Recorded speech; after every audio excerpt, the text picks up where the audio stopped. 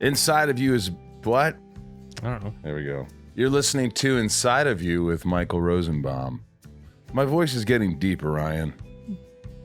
You just went, isn't that nice?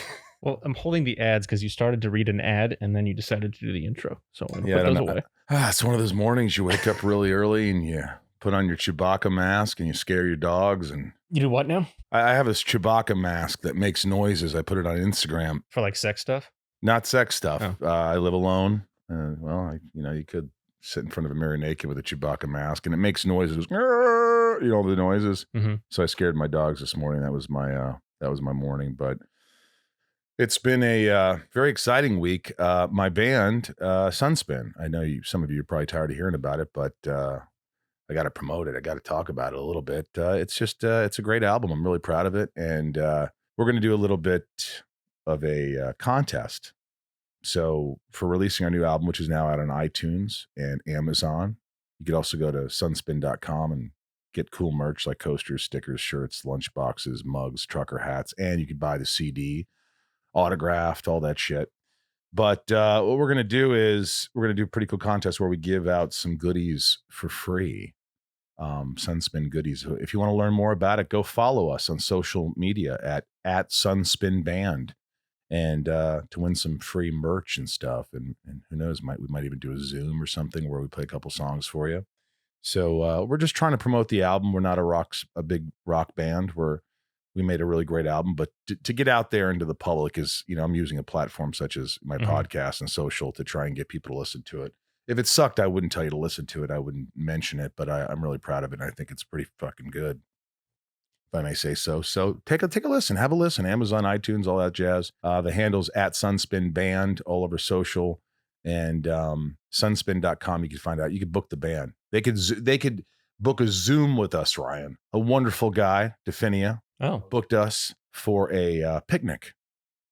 A picnic where we social distance and play an hour of music. A picnic? And I invited him to play some music of his own as well. So we're going to do that. And you can book the band. We'll even fly across the world to see you, but it has to be the right time and when we're available and when COVID is safe and all that stuff. But it's exciting. It's exciting to have something you're passionate about and just promoting it and talking about it. So I'll leave it at that. Did you have a good week? I had an okay week. Why is it okay? Are you stressed still? You were stressed out the ass last week. I am. I think we're both stressed at this moment. Mm-hmm. I'm having issues. I'm having some issues. I'm doing okay now. This is nice. What? Just sitting here chatting with another human being. Yeah. Are you going a little cabin feverish? A little bit.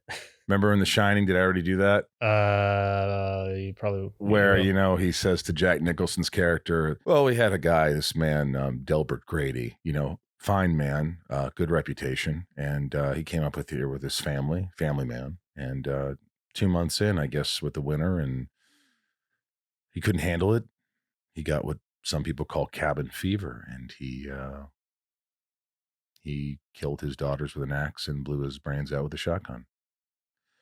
Well, I can assure you, I don't remember what Jack Nicholson says. It is par for the course. It is part of the norm right now. Anxiety is just like, we've got, I've got a lot of my sponsors who I cherish because it's important that I have sponsors on the show so the show can make money so I could pay you and pay Bryce and do these wonderful things. And thank you, patron. Thank you, patrons out there, for supporting the show. If you want to join the wonderful family, I always message you after you join. It's patreon.com/inside of you. Patreon.com/inside of you. It's a really wonderful, close-knit family. But they've helped me through this because, I'm on different meds right now trying to deal with my anxiety. And I haven't always been one to get on meds. But in fact, most of my life I haven't been on. And this is something that is just trying to make me more even-keeled so I feel like anxious, Ryan. Mm-hmm. I feel like I'm fine. And I use that term loosely, but I don't want anybody to worry about me. I'm not worried. I have a great therapist. And I'm just trying to, I have that feeling where, imagine someone's grabbing your shirt and just kind of pulling you a little bit. And you're like, hey, I want to relax, but it's just pulling you a little bit. Like, I'm anxious. I have to do this. I have to do that. I can't get it done. It's almost like you're too anxious to get things done. It's true. You know what I mean? I know exactly what you mean, yeah. Yeah, you know what I mean? Yeah. How do you deal with it? Not Well, I mean, I don't, yeah, but I know what you mean. Like you're so anxious about doing everything that you just do nothing because you're worried about, I don't have time to do all of the things. So I just got to sit here and not do anything. Wow, that was articulated well because I understood you completely. Maybe because it's my my mind. Sometimes a run helps, sometimes the guitar session helps, but then these days it's hard to fully get rid of all of it. I found. Yeah, and the more you have on your plate, the more stress, the more But look, it's good to be busy. I again, gratitudes, man. I always say I got a roof over my head. I got 2 great dogs. And the stress of my old dog is probably kicking into my psyche a little bit. But I'm blessed. We're all blessed in some way. You got to find something special in everything we do, and I'm very grateful for this podcast. I'm grateful that the people who do listen, my listeners, tune in and want to hear what I have to say and want to hear what the guests have to say. Would I love it if the big guests that get tons of numbers would bleed over and people would continue to listen like that particular guest? Sure, but I can't control things, Ryan. We can't control things, so we have to let them go. Like, hey, this is what it is. Be grateful, move on, enjoy it while it lasts. Be present, be in the moment. So I urge you to try and be in the moment. Take a walk. Not you, the proverbial you, Ryan. Not exactly you. Oh, I but will. Oh, yeah. Fuck, man. Fuck. Thank you for listening to the podcast, guys. Please write a review. It helps more than anything. What are the handles? Oh, they're at Inside of You Pod on Twitter, at Inside of You Podcast on Instagram, Facebook, youtube.com/Inside of You with Michael Rosenbaum. And they're right here in front of me, so you can see them if you're watching the video. And if you're listening, I also urge you to, while you're listening, play the YouTube. We get a view for that. And vice versa. Yeah. I'm excited about this guest because I was a big Walking Dead fan. He's got a big following, and I didn't know him at all. Some of the guests I don't know at all, and it worked out perfectly. I thought there was a steady flow of conversing. And Michael Cudlitz is a great guy. He's got a new series called Clarice. It's obviously Silence of the Lambs, and it's really interesting. And I think he plays a detective, and he talked a lot about Walking Dead, about conventions, about all the stuff. So if you're a fan, you're going to love it. But I urge you to stick around for other episodes, and maybe, just maybe, you'll like the show and you'll want to stick around and tell your friends. And it's all about word of mouth. Every actor and their mother started a podcast during this pandemic. And I've had this podcast for 2.5 years now. So I have been here, done that. So I urge you to follow us on all these things. And, I think we should probably get into our wonderful guest, shouldn't we? Let's do it. Let's get into Michael Cudlitz. It's my point of view. You're listening to Inside of You with Michael Rosenbaum.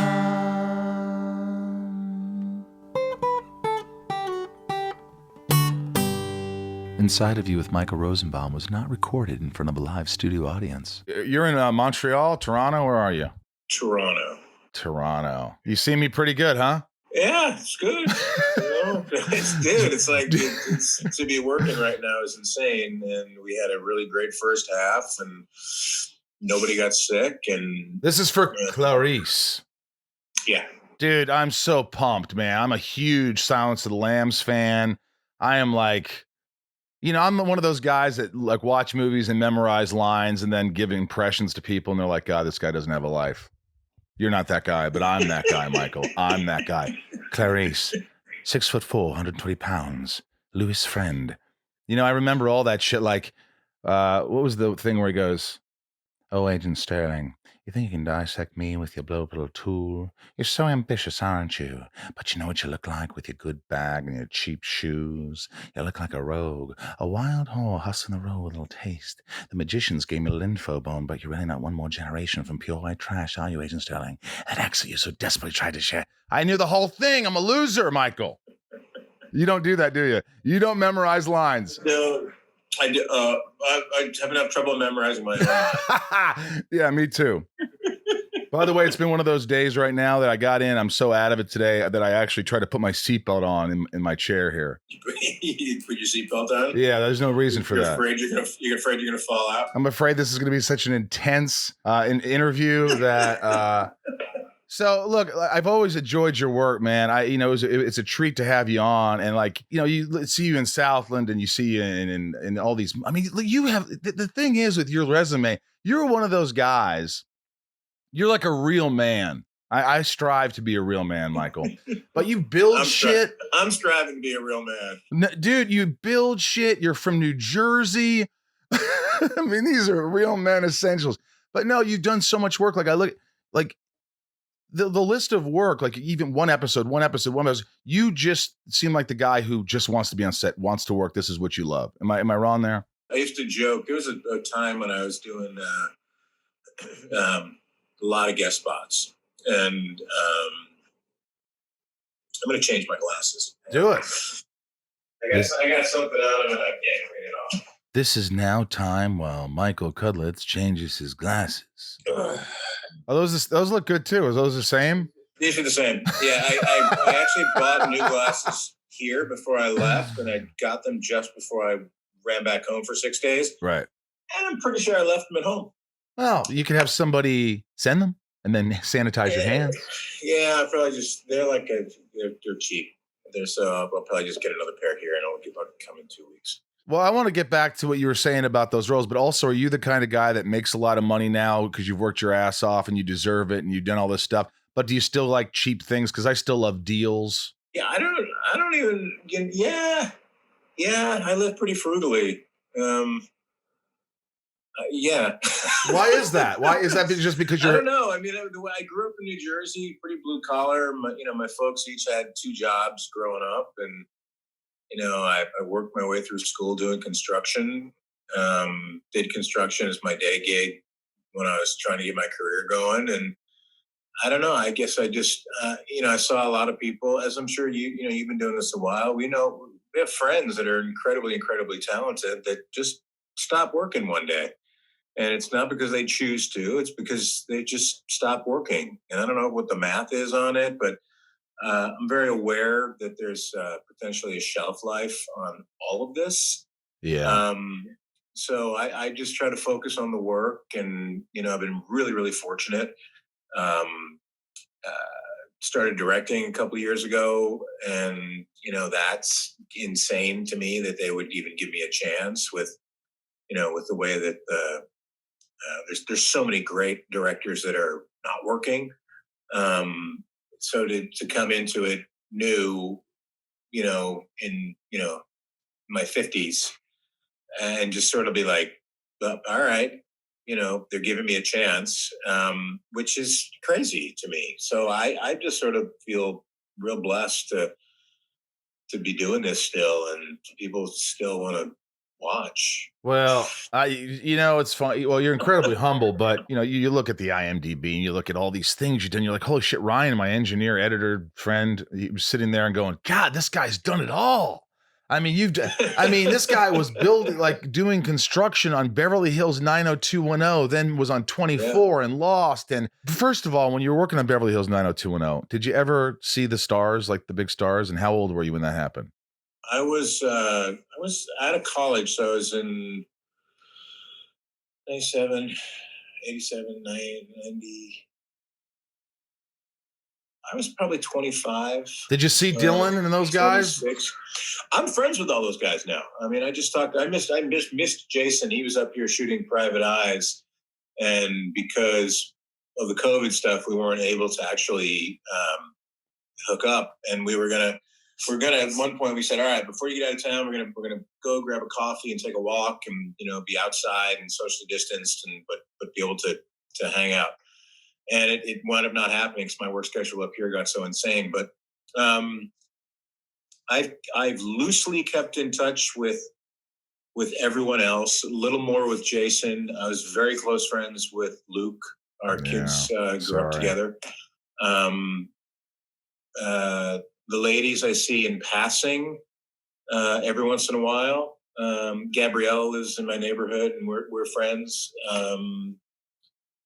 That's Chuck great. Rosen, I just spoke to him recently. Yeah, I keep in touch with all those guys, basically. I mean, when you see a guy, your colleague, your peer, like somebody like, and I didn't even know we're going to go there, but after Luke's passing, it's so sudden, and you're like, I mean, to me, that just puts everything in perspective and makes you think like, hey, it really is. And these thoughts are sort of ephemeral. Like, I wish you think like that long. I mean, obviously, you can't dwell on things, but to know that, hey, like that, it's over. Like that, it is over. So what do?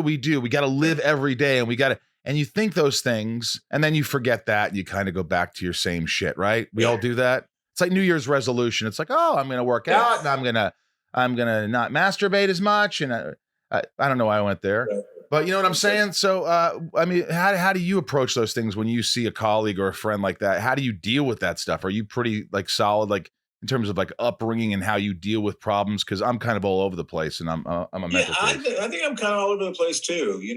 Sometimes different parts of your life come into focus in different ways, and that was huge. The Luke thing, and I don't. I'm perfectly fine talking about this now, but at the time, I wasn't talking about my friendship with him and what an amazing person he was, because there were a lot of people who um, were taking advantage of that as their time to get in the press. And that sounds shitty, but I saw it. And I'm not talking about his close friends. There are close friends out there of his that were much closer than me, Yeah. that loved that man and gave wonderful tributes. So I'm not talking about that at all. But because I wasn't that close to him, I was very aware that this is, my relationship with Luke was very close and very personal, and wasn't in the press. So why should my reaction to his passing be in the press? Yeah. If for no other reason than to put me in the press. And Right. that just seemed kind of fucked up to me. So I didn't do any of that. So I haven't really talked about his passing. And for me, it was a huge wake up call, because we're close in age. I'm older, which is even makes it more like holy shit. Yeah. But he passed from the same thing that my mother-in-law had just passed from 2 years ago. So like 6 months or 8 months prior to his passing. I get that. I'm sure Oof, screw but the still. timeline up, but I don't care. Not shortly after my mother-in-law passed, Luke passed. And it was the same exact thing. And I was just like that's supposed to happen to people who are much, much older. And the fact that it did happen was, as you said, a huge wake up call. And you sort of just go, yeah, you need to have your short term goals as long as your long term, as well as your long term goals. If you only have long term goals, you might not live to see them. That's right. No matter how you're working it. So I don't know who said this, but there's a quote that says, life is what happens while you're waiting for your life to begin. Yeah. And a lot of people do that. They're like, oh, I'm gonna, and you can't, I'm gonna for the rest of your life, because you are, and you have to sort of live at least partially where you are right now and enjoy that time. Otherwise, you're going to miss it. Wow. I love that. You can't, I'm gonna for the rest of your life, or you're never gonna do it. I mean, it's really true. It's, You can, I'm gonna, as long as you are, as long as there is stuff going on now, absolutely have the long-term goals as well. Yeah, I just feel like I go outside sometimes, and I force myself. I'm like, why can't you just like look up at the sky and the trees? I'm like, because they're there. They'll always be there. They're fucking trees. It's a sky. And then you're like, dude, well, that's 9/11. That's the Twin Towers. I mean, I grew up in New York. Grew up in New Jersey. Sorry, born in New York. Grew up in New Jersey. Been in and out of New York City my whole youth, and as an adult, and never did. Never did the World Trade Center. Never went up into the World Trade Center just to see the view, the observation. Never did Statue of Liberty. Never did Empire State Building, because in your mind, that's always there. I can always go do that. Tourists do that, and I regret that. So now I kind of, I've been real fortunate with what's been happening in my career lately, that I've been able to travel the world a lot, and I I try to go see all the wonderful, dumb tourist stuff that I can. Like the CNN you thing? go to St. Louis, you go see the Arch. Well, at Toronto, the CNN thing, right? CNN Tower? Exactly, yeah. You better be up there. I'm actually going out there if it's open back up after my current quarantine is over, if they're doing any kind of social distance thing there. But I'm gonna do that before I get out of here. Yeah, I could just see that. I think that's important to do things that you don't. I do that all the time. I just procrastinate and you get caught up in your world. You know, my therapist always said, Michael, your inbox is never going to be empty. It's never going to be empty. You've got to just like let it go, let things go, do things, be present. And I've definitely gotten better. I think this podcast, doing this has forced me to be present, to have real conversations. And I think it's a blessing in disguise because I didn't even really want to do this. And then I started being vulnerable and like real. And then all of a sudden people are writing letters and I'm like, really, this helps you? How am I helping you? Me? It's impossible. It's got to be Ryan, my engineer. So, I like what you said. And I'm going to quote it repeatedly after I memorize it. I have to take the time to memorize it. But don't do it in Anthony Hopkins' voice. Yeah. Oh, yes, I will. Never say you're going to. You must do what you're living for tomorrow means not living for today. And then do this after.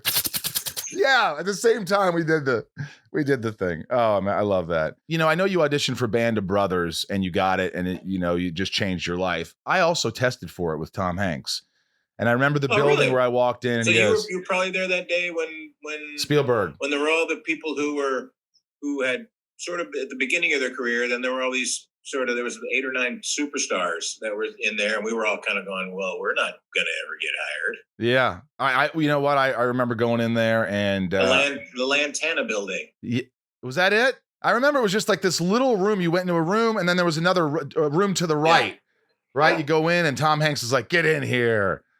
And he just sat there and we read, and then I came back and he was mixing and matching, and he goes, you ready? He goes, all right. He goes, how you feel? I go, I feel good. He was just so sweet and humble. What do you remember about the process? Because at this point, you really were still at Cal Institute, right? Yeah, I just gotten out. That was 1999. 99, yeah.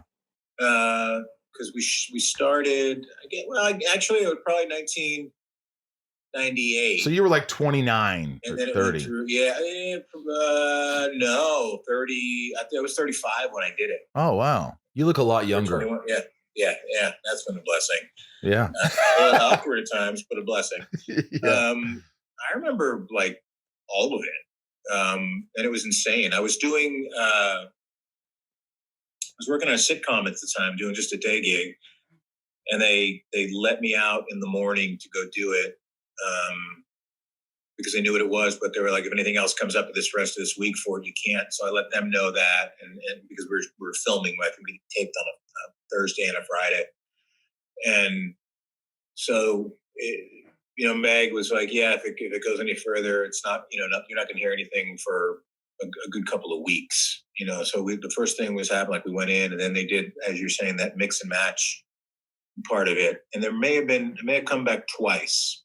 I may have come back a second time to see Meg, because they read us all for the same 2 or 3 parts initially that were not the roles that we were going to play. They were just stuff that was more flushed out. I don't know if you remember, some of the stuff we read was stuff that was not in the show. It was stuff like Back in Town.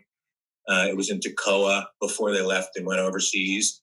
And it was in real time. And it wasn't just training. They had it was kind of what they did in the Pacific. It was some of the slice of life at home, and then the slice of life of the training and stuff. Right. And they're playing around, I think, with that early on. And I think they realized they just need to do just the men in training with each other and build that relationship. But I remember we went in and I read, I think the Compton stuff, the Buck Compton stuff was the stuff we read, because it was a nice scene and a big monologue. So you're kind of like, they were like, just play with it, right? Because we weren't auditioning for Buck Compton. It was, everybody was reading the same 2 or 3 scenes. Same thing, right? And then when we came back, that's when we got the different material, and they started splitting us up and mixing and matching, and certain roles. And there was some, you can't even see what the guys, the way they looked like at the time. Sort of dark hair and lean and shorter. And there was like 4 or 5 guys that were almost interchangeable in the audition process. And then there were some guys who were definitely, your bucks and your bulls, and and those guys that were iconically described as, or were described iconically as certain sizes. And James Matteo, who played Percane, who's much smaller than me. I love you, Jimmy. It's not an insult. You just are. There's no way he would have been hired to play bull or buck, and vice versa. There's no way I would have been hired to play Perconti. But there was a chunk in the middle that sort of was interchangeable. I think those guys were kind of slugging it out for the same or different roles, but in the same grouping. All right. And then I remember when we all got back and we got called in for our mix and match callback. How nervous were you, by the way? Pretty nervous, but probably not as nervous as I should have been, because I was so stupid. I didn't really know what it, we didn't really know what it was yet.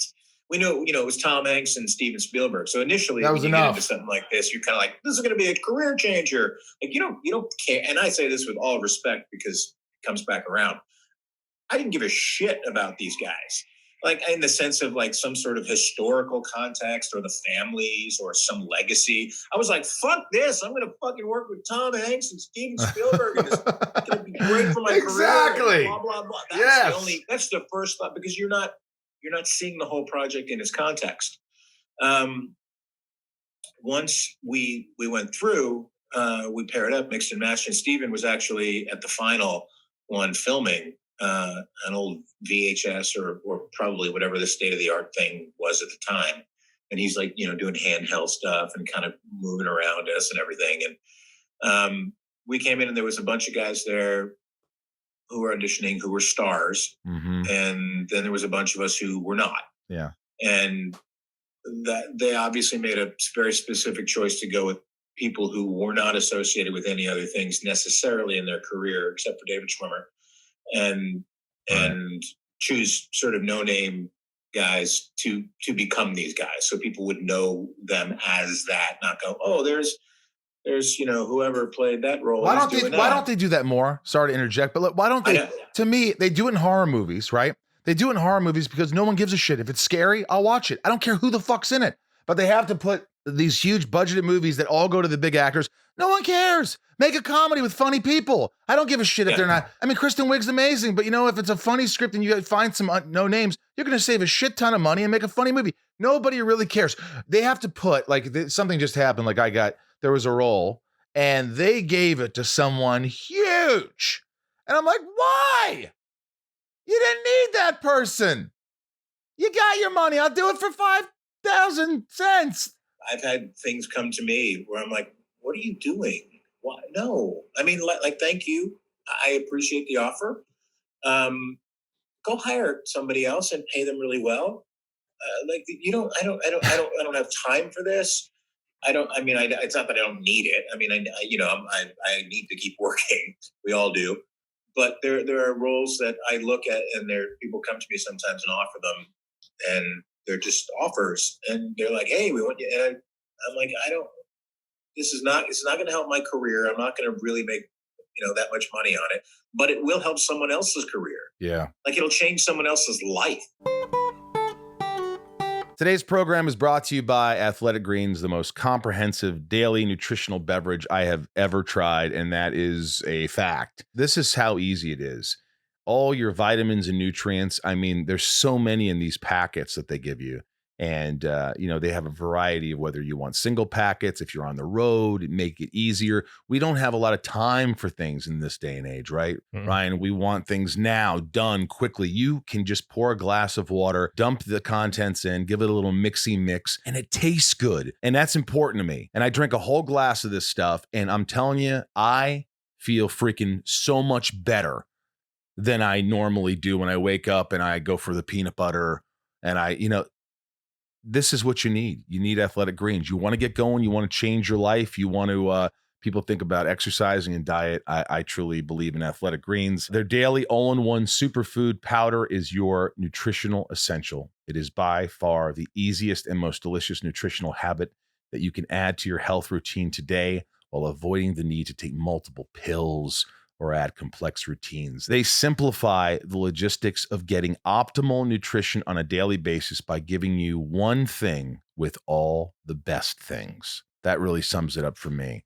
One thing you take, you pour it in a glass of water, and you have all the things that you actually need. Ryan, why don't you tell us what's in one of these tasty scoops of Athletic Greens?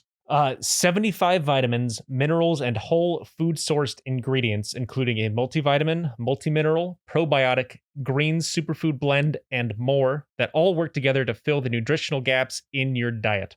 Increase energy and focus, aid with digestion, and supports a healthy immune system, and without the need to take multiple products. Right now, Athletic Greens is doubling down on supporting your immune system during the winter months. They're offering my audience a free 1-year supply of vitamin D and 5 free travel packs with your first purchase. If you visit my link today, you'll basically never have to buy vitamin D again. So whether you're looking for peak performance or better health, covering your bases with Athletic Greens makes investing in your energy, immunity, and gut health each day simple, tasty, and efficient. Simply visit athleticgreens.com/YOU and join health experts, athletes, and health conscious go-getters around the world who make a daily commitment to their health every day. Make a commitment to your health.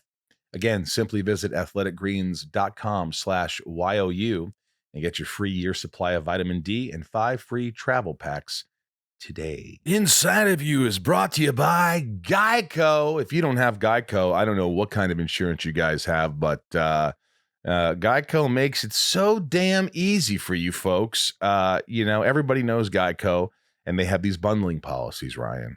So if you rent or own your home, it's the hardest thing to do is pay your mortgage. I've talked about this.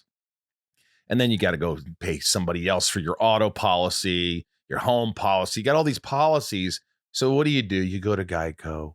Geico makes it easy. It's a bundling policy. It's all in one.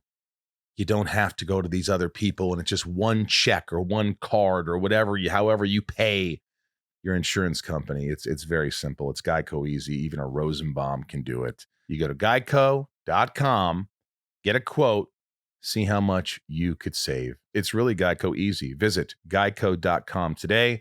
That's geico.com.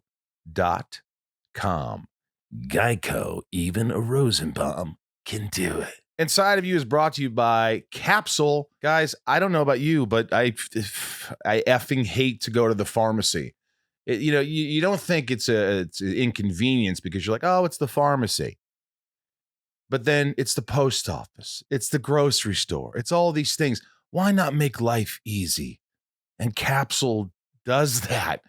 My life is becoming so much easier with companies like this. Capsule's a new kind of pharmacy that hand delivers your prescription the same day for free. And Ryan, tell them how it works. It's so simple. To start, visit capsule.com. It only takes 15 seconds to sign up. When your prescription is ready, Capsule will text you to schedule free delivery at a time you choose. Then a Capsule courier hand delivers your medication to your door straight from the pharmacy. In a tamper-proof package, it's totally secure. And if you have any questions, you can call, text, or email with an expert pharmacist. It's that simple. No more waiting in line. No more driving to the pharmacy. No more forgetting refills. Best of all, even though it's a way better experience, Capsule doesn't cost any more than your old pharmacy. Capsule accepts all major insurance and is currently available in New York City and surrounding tri-state areas. Austin, Boston, Chicago, the Twin Cities, and LA and other cities are coming very soon. And to sign up, as Ryan said before, you just go to capsule.com. It takes 15 seconds and you get your prescription hand delivered today for free. That's capsule.com. But getting back to that the story with the band, yeah, the Band of Brothers, when it was all said and done, and then when we got the scripts, that's when you realize, holy shit, this is based on a real book, and these are the men, and these are the interviews, and I can contact the family, and I can contact people who knew him, and as I was told early on, my guy had passed, so I was talking to all his friends. I'm talking to one of his friends one day, and he's like, why don't you call him and ask him this? And I was like, excuse me? He's like, why have you talked to Bull yet? And I'm like, well, one of us is wrong here, and I don't want to make you nervous, but I was told that he passed away. And they're like, when did he pass away? I said, well, I was told he passed away about 6 months ago. Oh. And then I'm told, well, I talked to him 2 weeks ago, so I don't think your information's correct. What? So I go back. Of course, I'm like freaking out. I just got chills. Look at this, the hair on my arms, because I thought like, oh God, he's going to be emotional. It's like I didn't know my buddy died and he's alive. Yeah, no. That's what I was put in the middle of. I'm like, well, okay. And my mind is like, how the fuck do I figure this out? So then I'm like really, sort of in a bind and a loss and in a weird place. Like I called production, I called Tom's company, and I'm like, I just found this out, and I don't think I'm the one who should pursue this. I think you guys should make the initial phone call. And they were like, yes, because we'd also like to go interview him because we did not know. Right.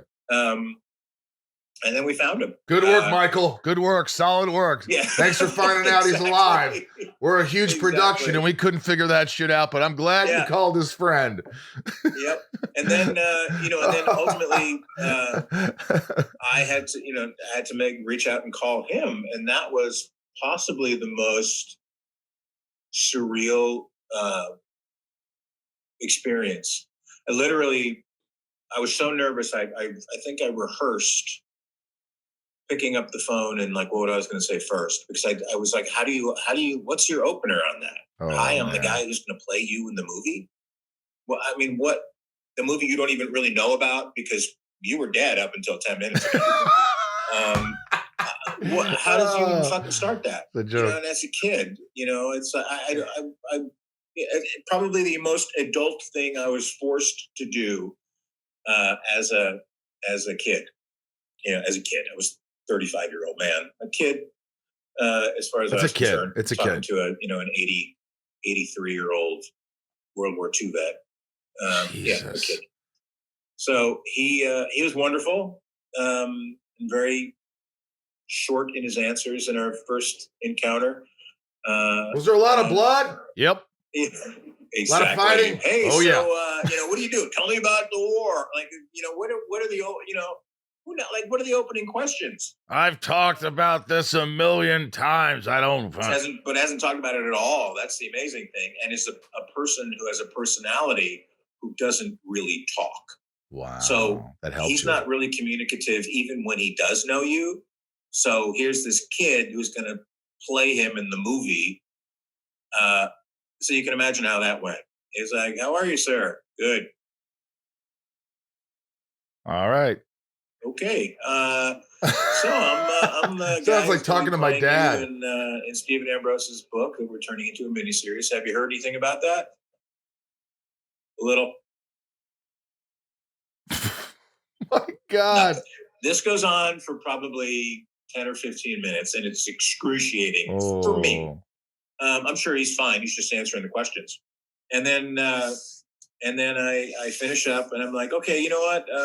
I'm gonna just let this go for now, and I'm gonna mind if I talk to your wife and say goodbye and thank her because I talked to her first for a minute. He said, sure. Well, I wound up talking to her for about an hour and a half longer. and if you want to get to know somebody, talk to somebody that loves and knows them, because we are who we sort of we talk about ourselves in sort of ways that we want people to perceive us. But if you want to know how you're really perceived in the world, talk to somebody else. Because they're looking at you go through it. So I got more of what I did, and how I portrayed Bull Denver was based on most of the information I got from Vera. Wow. And then months later and into it, and as the project evolved and as it finally was released, Denver and his family became very close with our family, and he opened up, and we'd have great conversations, and it was possibly one of the most sort of amazing work-related thing that has ever happened to me, and ever will. I don't expect anything to ever top the sort of experience so far as creative work,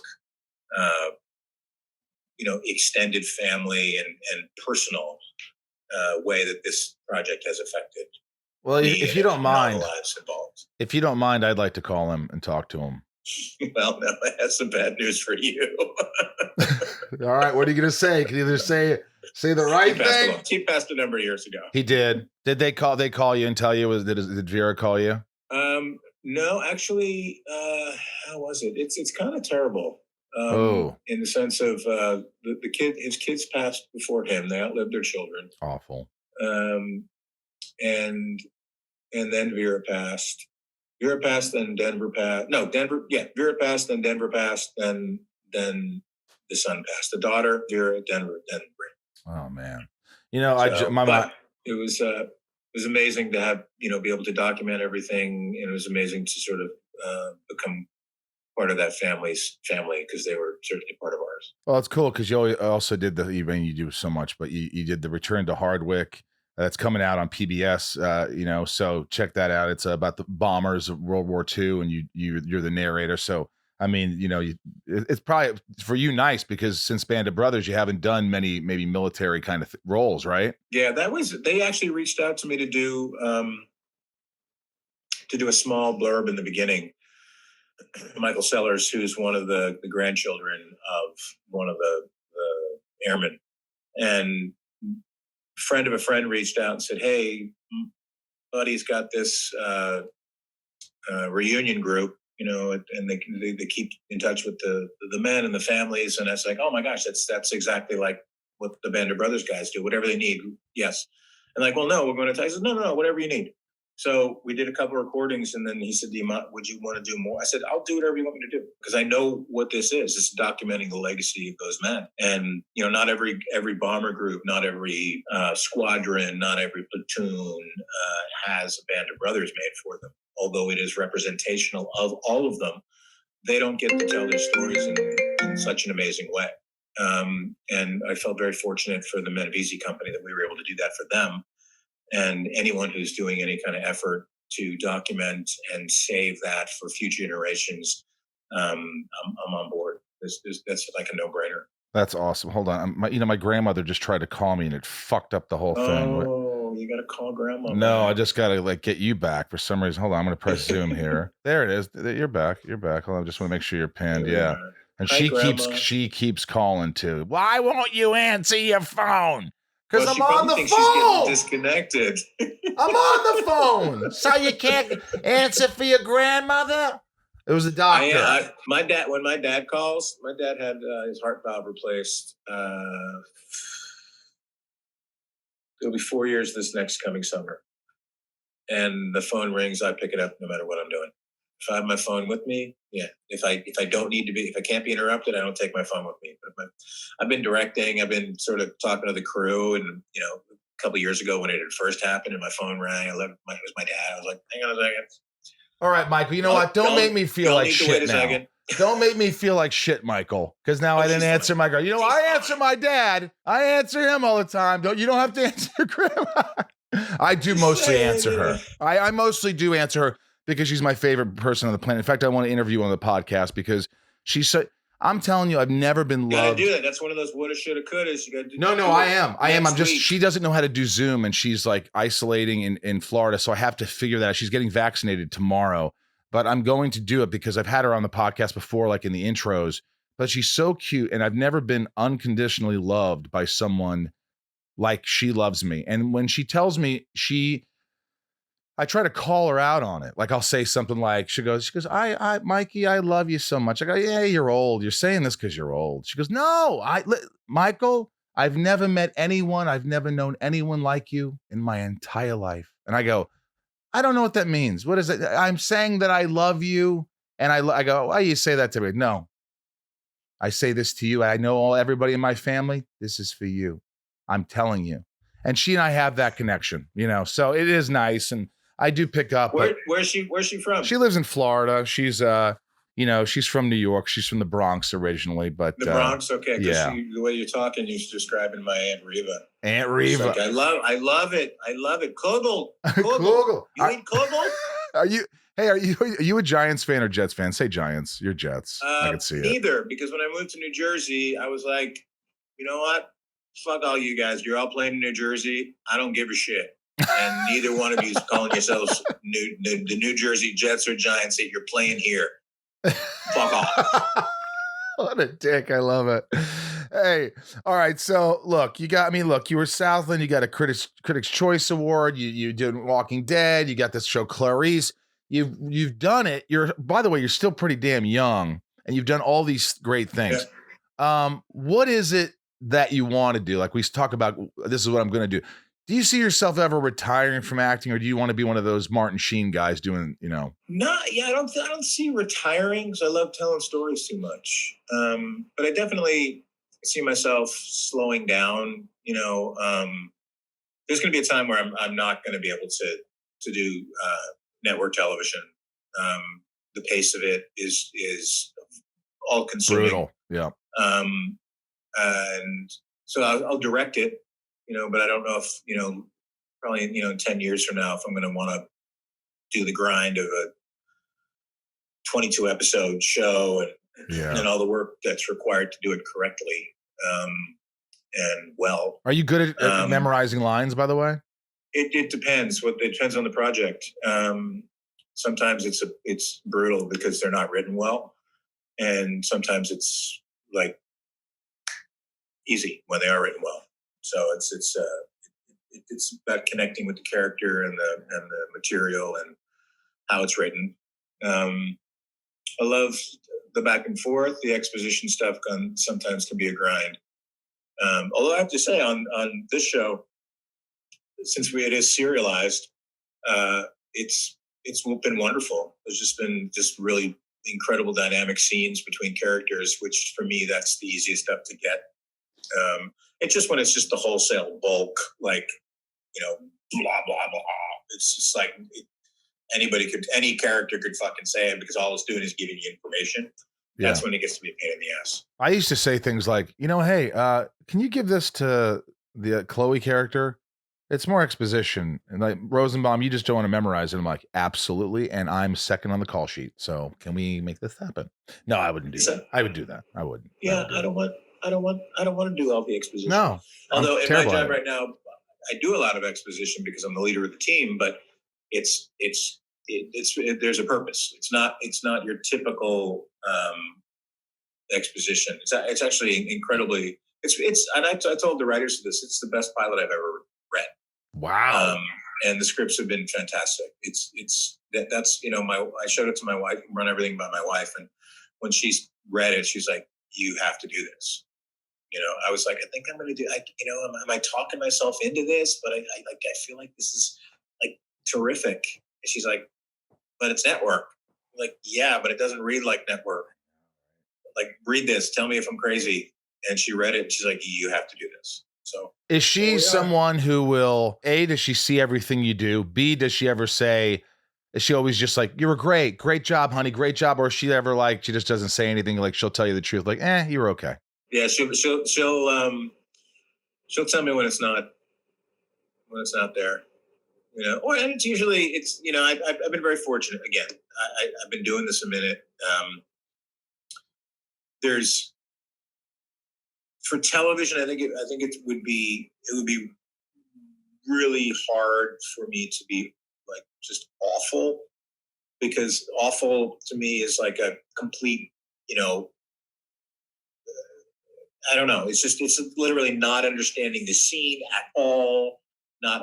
There's so many things that if you commit to, you can pull yourself out of awful, even if you make the wrong choice. If you've committed to a choice, people are going to go, "Oh, that wasn't what I would do." But yeah, you were bad, but you weren't awful. Yeah, it's hard. It's very hard to be really awful. It is.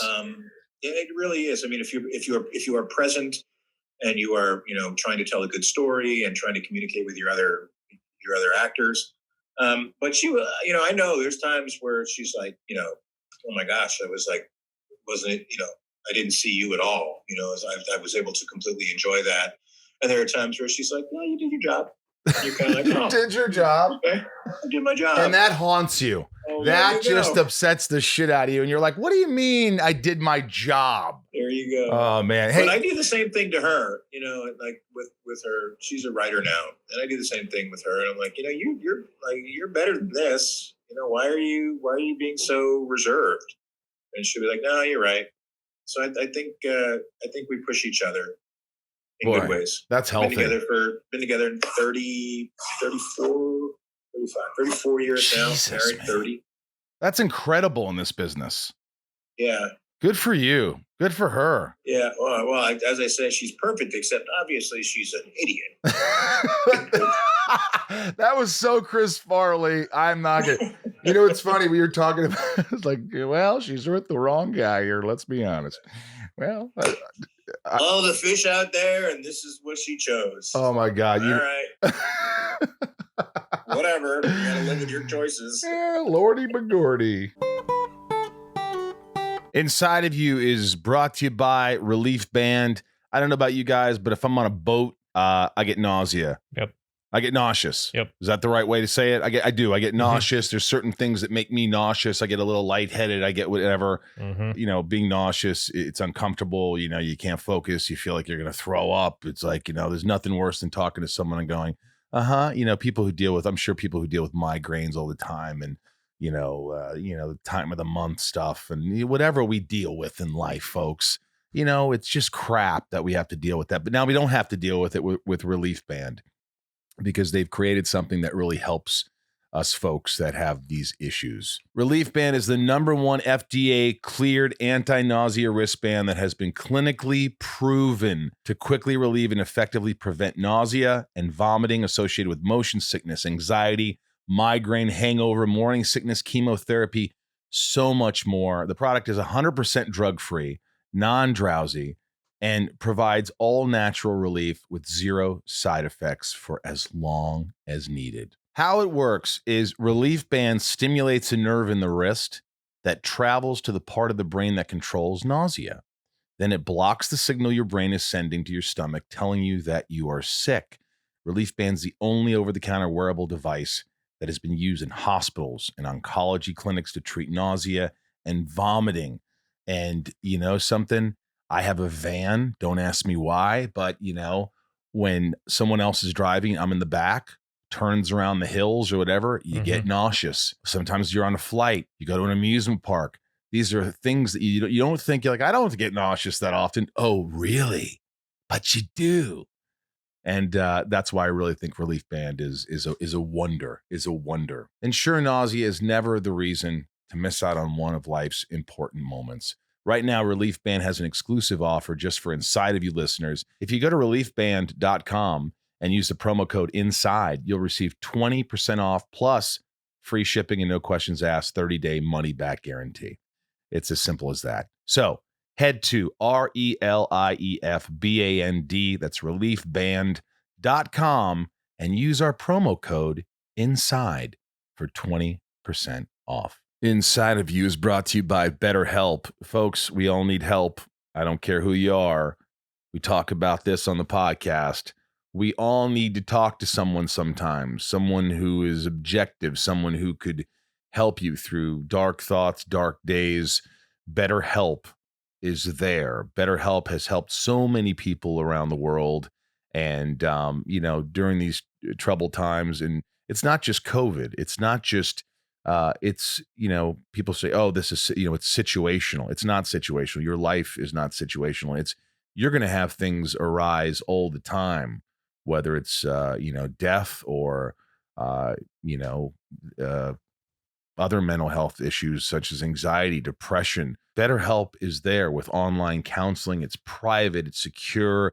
If you're embarrassed, which I hope you're not, but you want to talk to someone, you could talk to someone now and no one has to know at all. And it's all private information. These are people that have degrees. Okay. This is law. They can't give away your information. You don't have to worry. If that was the case, then I'd be screwed. Do you understand? BetterHelp is something that I really find important. They offer video, phone, even live chat sessions with your therapist, so you don't have to see anyone, like I said, on camera if you don't want to. I like to be seen. I like people to see me crying or upset, but you don't have to. It's much, much, much more affordable than in-person therapy. You're talking to someone in Hollywood. I've gone to these sessions where you pay an arm and a leg, and these guys can give you just the same, better. You can start communicating with your therapist in under 48 hours. So if you're going through something, get some help. Join the millions of people who are seeing what therapy is really about. It may or not be right for you at first. It's worth looking into. And, if you don't like your therapist, you get another one. It's that easy. They will get you another therapist because let's face it, we are our greatest asset, period. This podcast is sponsored by BetterHelp, and inside of you listeners get 10% off their first month at betterhelp.com/inside. That's betterhelp.com/inside. BetterHelp. Get some help. Hey, obviously we haven't talked about the elephant in the room, but Walking Dead obviously is one of the biggest things that ever hit television. It's I know I watched through the first 5 seasons, and it was a movie every week. It felt like I was watching a freaking movie, and that's how I'd explain it. I'd say it's like, I love horror. I'm a huge horror fan, as everyone knows, and I'd be a zombie for a day. I remember even I actually read for something in it a while back, but I remember I just loved that show. And when your character, I will tell you this, there's a couple of characters on the show. They're all really good actors.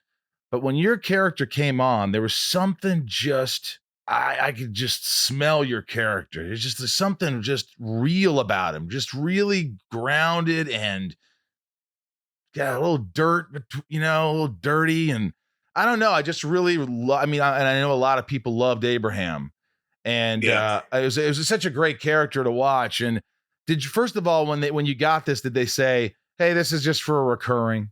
And then all of a sudden, this thing blew up, and you're like, "Holy shit! I just lasted a couple seasons here." How many seasons did you do? 4? Came in the middle of 4, season 4, and then did all of 5, all of 6, and then the beginning and the end of 7. Right. So in Walking Dead math, that's actually 3.5 seasons, because even when there was 20 when I was there's 22 regulars, over 16 episodes. You would do maybe 5 or 6 episodes some years.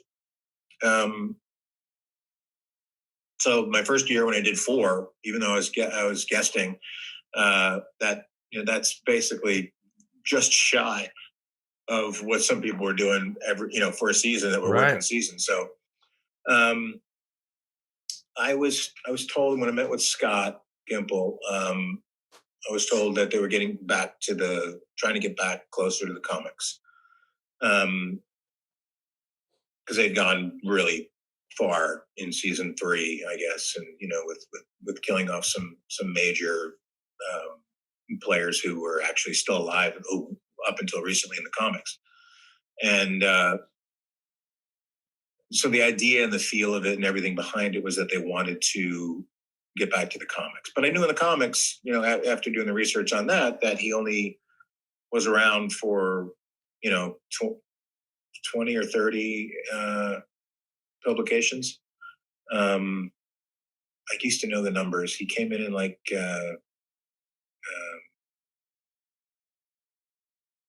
I forget what it was, but I feel like he was in at 30 something and died at 90 something.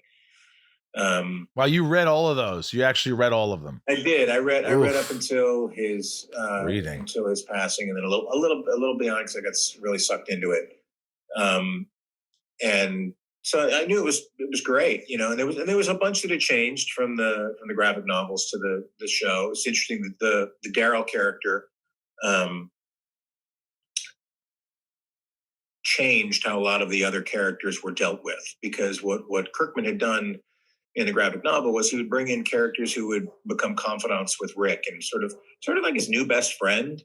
Not to sort of trivialize that, his writing, but that's the mechanism they served. Someone who would get close to him, and we could learn more about him through the people that he met. And it was the same thing with Tyrese. When he met Tyrese, he very, very close, shared a lot, and through the sharing, you learned a lot about him. And then he got killed off, and then then my character comes in. So having the Daryl character there, who is his true best friend and confidant the whole time, changed the dynamic of how those characters, when they did come in, how they functioned in the world. So I knew that my time would be sort of similar to what was in the comic, and it didn't really matter, if the fans loved it or hated it. Kirkman had said early on, the way that we show that this world is a dangerous world is we kill people we love. So, I knew that I wasn't, When did they tell you, Michael? It wasn't Rick. It wasn't Daryl. It wasn't. Well, Glenn. when did they tell you? When did they didn't do a poll? I interviewed this guy, Chris Jericho, big wrestler, and he said that he knew that he was going to win the championship that day. They told him. So did they give you a week ahead? They go, hey, did they call you? What was the real scoop? I got a call when I was in New York. I think it was a break between when we shoot our seasons in two parts, the first part and the second part, and there's a week break in between. It's sort of the hottest time in Georgia. The crew has already gone through 8 episodes. Everybody's just dead. It's brutal. It's August. And so we take a week, 2 weeks off in August. And then we come back and finish the rest of the season. And during that time, I ran out to New York, and I get a phone call from Scott. He's like, "Hey," he leaves me a message. "Hey, you're dead." No, I take back. The AD called. Matt Goodwin called. He's like, "Hey, Scott wants to set up a call with you for next week." Oh, I said, boy. Okay. Did you say why? I would have been like, why? What do you know? I was like, do you know what it's about? He's like, no. It's just second, it's sort of like where everything's headed, blah, blah, blah, call. Okay. All right, sure. Next Wednesday, 2:00. Sounds great. So then I immediately call Scott. I'm like, hey, call me back. So he calls me like, hey, what's going on? I go, you can't do that. You can't be like, oh, hey. I said, if you're going to kill me, kill me. I want to know. I don't want to be wondering. Like, I'd rather start processing me being dead now than wonder if I'm going to be dead for another week and a half and then have to process it. I said, it doesn't matter. You're already, I already assume I'm dead. So either confirm or deny. And he said, well, I said, okay, so I'm dead. Well, no, I mean, I don't. I go, yes, it's okay. So we talked about this when I first came in. I wasn't upset per se. I wasn't happy to leave the show. I would have liked to have continued if that was in the cards. But I wasn't really bummed out about it because I knew it was coming. So ultimately, I wish we had done a few more episodes with myself and Sonequa when All Out War happened, because it would have been nice to actually see Abraham functioning as a soldier. But that wasn't in the cards, and that's we have to make room for characters we love die, so new characters can come in that we can fall in love with. Yeah, that's the rotation of the show, and I have zero issue with that at all. Did you cry when you died? No. Did the day when you left everybody? Did you know emotions? The day, no, because it was really a celebration. But there were times when I got sad, knowing that I wasn't, like, if I'd see events that everybody was at, it would sort of be like, oh. But I don't know if I cried, and I'm a crier. So I'm a crier. I tell you, if I cried, I fucking cry at mayonnaise commercials. I'm a John crier. I cried at Mandalorian last night. I'm fucking crying. I had to. I'm with somebody, and I literally turned off the lights and like, dude, what are you doing? I go, nothing. Are you gonna cry? For what? Did you watch Queen's Gambit? Oh yeah, cry central. When in the end, when she's doing the thing, when she takes a deep breath and she looks up and they all come down from the ceiling, just weeping, like a little baby. Ball State University, brother. I was like, oh my god, it's like the cavalry came in. It's like the same feeling you get at the end of an action movie when everybody shows up and you're like, yes. Tears for Fears, man. There they are. Yeah, dude, I don't know what it is. I get emotional sometimes, and I think I got to call a doctor. I shouldn't be crying at this. And then I realize, well, you're just an emotional guy. I don't cry constantly, but all of a sudden I'll look at my dog and I go, I might not have you. I mean, I know you're 2 years old right now and you got a long time, but no, but like I have an older dog, so I'm always going, oh my God, I get like emotional at the thought of like my best. Anyway, we don't have to get into that. But so, okay, so you might have got emotional maybe a little bit, but like really you didn't get emotional. But, I heard something from another actor on the show a long time ago that said, and not knocking AMC, they make great product, but they used to hold you guys limited to the amount of conventions you can do. Is that true? Some actors were when they got brought in after me, not literally after me, but sometime after I was hired. That became part of the negotiation, and you got a little bit more per episode to not do X number of episodes. I mean, conventions. Why? I don't know. That's so weird. I know some people were some people were doing them like every weekend, and it was interfering with the work schedule. Oh. And it wasn't the top, the top people. Like Norman wasn't doing that. His stuff was all scheduled out and spaced out. And, they took a lot out of him because he was, a huge convention draw. So it took a toll on him just physically doing that. So, but there were some people who were doing quite a bit, and I think again, I don't know, because it didn't affect me when I was doing. I didn't do too many of them when we were in season. If I did, I tried to schedule them around, as everyone does. We try to schedule them around episodes we're not in. Yeah, right.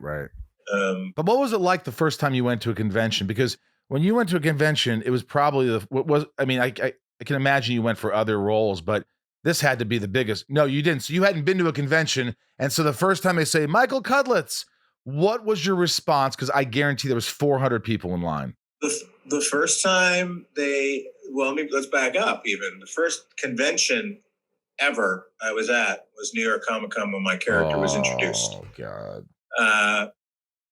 4,000 people was it Javis? Jacob Javits Center. Jacob Javits. Yeah. And I say 4,000. I think that's a little bit under, but it's like whatever that main room holds. Well, it's more than 4,000, but I don't know the exact number. I know it's not the 6, almost 7,000 that's in San Diego. They start talking about, we're going to do a gag.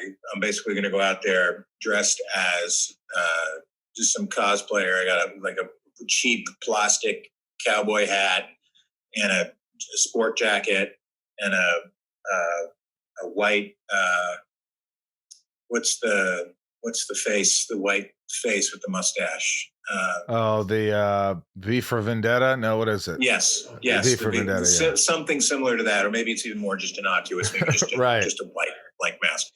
Anyway, so I'm up there and I have a microphone, and they want me to basically do this iconic chunk of dialogue from the graphic novel. And the microphone is right next to me where everybody can ask group questions. So when they say, okay, everybody come on up to ask questions, I'm like right there and I just stand up. So I'm hiding with the microphone and the thing, and they're talking about the show and they're this and that, and blah, blah, blah. And they go on and on and on. I open up to questions and I stand up and I stand up in front of the person. They're like, hey, what are you doing? And I turn around. I'm like, shut up. And they're like, what? And I tell them, like, hey. So I'm like, start giving him shit. I'm like, where's Abraham? These people want to see where Abraham is. You write the show, right? And Robert Kirkman's like, look, I'm at some point, I'm like, you know what? Shut up. Give me an answer. Like, I'm really confrontational. At this point, I find out later on that Andrew Lincoln's wife was there, and she was like, oh my God, there's this crazy man who's going to like pull out a gun and open fire, and like it's going to be some crazy, shut up, crazy incident. So Yvette was monitoring. Hardwick wasn't monitoring that time. And she's like, I'm sorry, I can't hear you because of your mask. And, can you take your mask off? I was like, sure. So I take off, drop the helmet, pull off the thing, drop the jacket, and I'm standing there dressed as Abraham. And the fucking audience, because the people who go to the conventions, that's one breed of fan, but the fans that go to the conventions and then wait in line for 9 hours for the panel, whole other level. Love them. They know. Love them. They're committed, exactly what's going down. And That's awesome. They just start going nuts. And God. I thought that was over. And I was like, holy crap, this is insane. And Yvette's like, why don't you come on up here and say hi to everybody? I'm walking up. And I remember this is a thing online. Everyone can check it out. There's a photo of me at New York Comic Con. I forget the year. I've been walking across stage, and I walk up and I hold up a fist or hold up to go to wave, and because they're all cheering, everyone's cheering. And the minute I put my hand up, I'm thinking, holy crap, this is insane. I put my hand up, and the wall of sound that hit me, I was literally speechless. Oh my I was God, literally yeah. like, what? Holy shit! What the hell That's is a beautiful happening? thing. What a beautiful thing. I could not wrap my head around it. That was my first convention experience. That is so, and I'll tell you what, because I've had it with like small, but the fans, I love them. I mean, the people. I'm a fan of shows that I think I'd go bonkers. I love conventions. I was going to conventions before I even became famous at all, and I was like kind of that guy walking around. And so when people love something, it's such an awesome thing to be a part of because it's just a giant family of people that can relate to one thing. If not only one thing, if only one thing. And that's a beautiful thing when everybody can go, hey, like for this shitty year we had, everybody can go, we have this. And that's something to grasp a hold of. And I think that's awesome, man. I think that's so awesome. And I bet I could tell it's overwhelming because, it is. It's just for 4,000 or more people to just be going, we love you. We're in. We can't wait. You're like, oh my God, I already have people that love me. This is, I haven't even done anything yet. I've been waiting my whole life for this. Yeah, it's fucking genius. Listen, we're going to go real quick to shit talking with Michael Cudlitz. And this is just rapid fire. And this is just fans on my Patreon. If you want to join Patreon, patreon.com/inside of you. Here it is. Quick question. Shane M., what do you do to relax or wind down, Michael? Whiskey and cigars. What kind of whiskey? Kind of my go-to right now is Woodford. But I got a lot of different whiskeys. I'm a big fan of the small batch local distillers. Will you email me something that I should have if I haven't really gotten into whiskey? Because I grew up in Indiana and I drank like Jack Daniels, Jim Beam, like whiskey or bourbon, but I don't know what a good like anything. You know what I'm used to. Cheap. Like Blanton's is a great. Well, just email me. I'll have you email me just what you drink, and I'll, the cigar I can't do it. I'm not a man enough. I'll choke to death. I have a cigar bar now in Nashville. You have a cigar bar in Nashville. What's it called? It's called the Red Phone Booth. Wow, Check it out at redphonebooth.com, and we are partially open. All right, guys, check that out. You have to check that out. Dave P. I mean, I didn't ask you this, but were you satisfied with your character's death in Walking Dead? Was I satisfied? Yeah. I mean, those are all woulda, shoulda, couldas. Way better than the graphic novel. But yeah. Lisa H., what was it like working on Beverly Hills 90210? Any fun memories of being on set? It was great. Actually, if I did not move forward with my career as an actor, I would still be doing construction for film and television right now. And some of my closest friends are still doing it. I always loved the feeling of walking away at the end of the day, and there was something there that wasn't there in the morning. I also started acting on it. I mean, it wasn't my first gig, but I did 12. I wound up doing 12 episodes, and everything I sort of learned there has helped me be what I am today as a performer and an actor. I'm sorry, a director, because I was able to see all sides of it and work with some really wonderful people. Awesome. Leanne P., which character that you've portrayed do you identify with most? I don't know, probably be a cross between John Cooper and Denver. Southland. Yeah. Southland and Band of Brothers, those two roles. Yeah. All right, I dig. Last two questions. Claudine N., how did you find it going from playing Abraham to directing on The Walking Dead? Was that what was that transition? Because I had so much love from the cast and the crew, it was sort of seamless. I felt incredibly supported. It was a wonderful, wonderful experience. And I, initially thought it like, okay, they're doing me a favor because they like me, and but then when they asked me back, I was like, all right, that would be a self-inflicted wound if it didn't go well. And it did. I loved it, and I'm doing it more. I'm going to be going back again this year. Awesome. Jerry W., my wife and I are huge Walking Dead fans.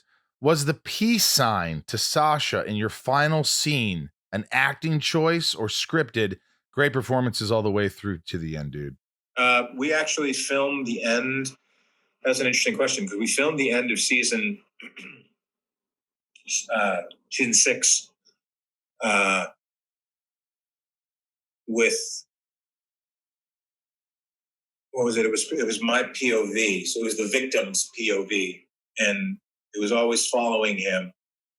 And then it got hit. Then whoever it was got hit and looked back up, and then got hit again. When they came back into season 7, they wanted some connection between me and Sasha, but they had already shown that whoever was being hit never looked at her. So we were kind of locked into this thing that I couldn't, the perspective of who it was couldn't look at her. So that was something that I added, because it was something that we ran through multiple times where we did the peace sign to each other. It was kind of our unspoken deal. And then I, on the night of shooting it, I actually ran it by Scott and Greg. I said, hey, even though I don't look at her, if we haven't shown, what she's looking at, I said, if I'm looking straight ahead and I shoot the peace sign down, but we see that she is seeing it, that could be a great little Easter egg for the fans. Because it's really, really low in frame too. It's like if you can barely see it, it's not featured. It's not like, ooh, close, beating you over the head with it, as it were. Yeah. It was really wonderful and subtle, and they let me do it. And it was highly effective. Awesome. Last question, really. I said that, but Michael Rosenbaum has a question. How happy was your wife when you shaved that mustache? Very. She was more happy when we were able to stop doing the red dye, which we had to do a year after I died because we were keeping it a secret from the audience. So. Did she taste it? Could she taste it when she kissed you, the dye? Or smell it? I don't know about that, but she could definitely feel the nastiness of all of that. Did she want to kiss you less because of that? Oh, come on, man. Look at this. How could you want to kiss me less? I love it. Dude, this has been so fun. I mean, I know we didn't know each other, but I really enjoy this. You're just a guy's guy, and you're just so humble and sweet. And thanks for opening up and just talking shit, man. I really appreciated this. Absolutely. Thank you. This is fun. Yeah, well, maybe we'll do it again in a year. Yeah, we'll do it. We'll do it. We'll check back in once Clarice is a huge hit. Yeah, it will be. I guarantee people want to see that. Whoever the people who love it are going to really love it. I'll tell you that. It's dark. We've seen pieces of it. It's very much like the movie. Good. It's also has a little bit of a True Detective vibe to it. It has a little bit of the killing. It's not your typical CBS show. Not a typical procedural, right? It has a good thing because I prefer the stuff that's not on network lately, as most people are. When does it come out? February 11th. February 11th. So you're quarantining right now, then you're going to go finish some more episodes. Yep. We got 7 more days in quarantine. Oh, man, I love that. What's your favorite line of Silence of the Lambs? The one line you always remember? My favorite line? Besides fava beans. I just like, whenever I hear Clarice, I hear Clarice. I hear him saying Clarice. Have the lambs every time I hear the name of the show, Clarice. I think my favorite was when he goes, I don't think I'll kill you. Not the world today. is far more interesting with you in it. Yes, the last line of the movie, right? And I like the line where he says, what did he say? Who? Multiple MIGs in the next cell. He said something to you. What did he say? And then I can't repeat what he said. But anyway, hey, thanks for allowing me to be inside of you, man. All my best to you and the family, and health and happiness, and keep up the great work, man. Thank you. And a big hug to your grandma. I will. I'll give her a big hug for you. All right. Take care, buddy. See you, Michael. Thanks, man. I found him fascinating. What did you like mostly about Michael? He just seemed like a good dude. Because I also didn't know much about him, but because he portrays the tough guy very well. And great facial hair. No, I mean always. So it's always nice when, someone who plays like a stone cold badass on television is just a genuinely nice human being. Just a sweet man. Yeah. Yeah, I felt like it's comforting. It is comforting. It's again, when you can open up as playing the tough guy, and sometimes you feel like they're the intangibles, they're untouchable, we don't know anything, but he's tough, he's got his life under control, but you hear the hardships, you hear the things that you go through, you hear certain things, and it humanizes people. Yeah. And I think that's important. So thank you, Michael Cudlitz. Again, if you enjoyed today's show, please follow us on the handles, Ryan. At Inside of You Pod on Twitter, at Inside of You Podcast, Instagram, Facebook, youtube.com/Inside of You with Michael Rosenbaum. Yeah, please watch. You watch these wonderful videos on YouTube and all that. And again, the band, our album, Sunspin, the album's called Best Days. It's on iTunes and Amazon. You can follow us, which I hope you will. If just a tenth of these people just said, okay, you know what, I'll follow your handles at Sunspin Band. And we'll go to sunspin.com and check some stuff out if you want to book the band or whatever. And just listen to the album. Tell us what you thought. And, as I said earlier, we have a little contest releasing the new album. We're going to do a contest where we give out some goodies for free. If you want to learn more about it, go follow us on our social at Sunspin Band, and you can win some stuff and maybe even a Zoom with us. So yeah, Bryce will take care of that, and you'll go online and we'll figure it out. And tell all your friends and my wonderful patron family. Thank you again. I made a mistake, Ryan, and I don't know if it's a mistake, but I sent, I have for certain tiers of the Patreon, I send merch boxes and I sign a little note. And every couple months they get a box. Well, I accidentally sent 2, I think, to most people. So what do? I guess you got a free box. Yeah. I mean, you're already getting a box. Now you get another box. I don't know what else to do. Fuck. You can't early just say, Christmas. okay, well, now you're not getting your next box. I'm sure they'd understand, but I love them. And if you want to join Patreon, go to Patreon, patreon.com/inside of you, and become a patron. I'll message you after. I love the family we have. You get private YouTube lives just for the patrons. There's special discounts on merch at the Inside of You online store. There's just tons of stuff. And I message people back, and some people get to ask questions to the guests, shit talking with Rosenbaum or shit talking with Michael Cudlitz or whatever you like. And then there's the merch and all the stuff. You get a shout out. In fact, I want to give the shout outs now. These are the shout outs for the top tiers for the Patreon. And here we go. Nancy D, Mary B, Leah S, Trisha F, Sarah V, Little Lisa, Yukiko, Jill E, Brian H, Lauren G. See, they're flowing right here. You see this? You had to stop them now, right? Didn't you? Well, no, they're frozen. They're frozen, and then they will change when you reach the bottom of the list. Really? So as I talk, they go? No, they stay. And then when you hit a certain point, when you reach the bottom, it changes to the next one. Lauren G, Brian H, Nico P, Robin S, Jerry W. I wonder if it changed just now.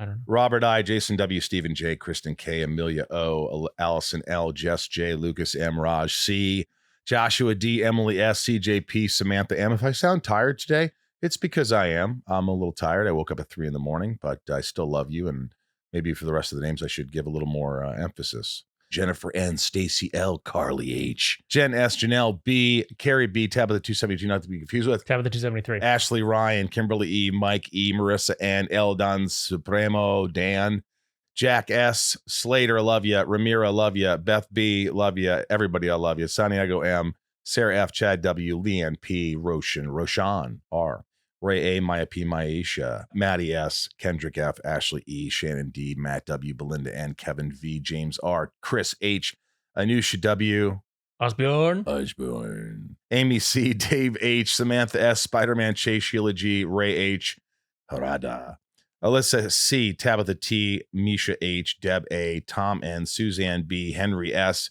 Katie F, we're almost done here, Liliana A, hi Liliana, we talked a few times, Michelle K, what up? Marcuz, he can. Hannah B, Michael S, Talia M, Luke H, John S, Andrew T, Christy S, Claire M, Liz J, Laura L, Chad B, Rachel or Rochelle E, Nathan E, Brandon D, Taylor K, Neil A, Marlon E, Meg K, Janelle P. Also, I forgot to mention, I did a Batman Beyond with Kevin Conroy, an old episode. We did a table read for IGN that's going to be coming out later in the month. Nice. And I read a couple characters, and it was a lot of fun. We did it last night, and it was we had some technical difficulties, but they'll edit it, and it will sound good. Thank you all for listening. Thank you all for supporting this podcast. I will continue to do it as long as you are here listening or watching. And from Ryan and myself here in the hills of Hollywood. Oh, Hollywood Hills. The Hollywood Hills. The home of Michael Rosenbaum. Oh, yeah, baby. Thank you for coming around and hanging out with me. And there's a camera right up there. A nice wave. Yeah. And thank you for allowing me to be inside of each and every one of you. I know you're not listening, Dad, but maybe one day you'll be like, oh, I'm listening. I love you all. Thank you very much.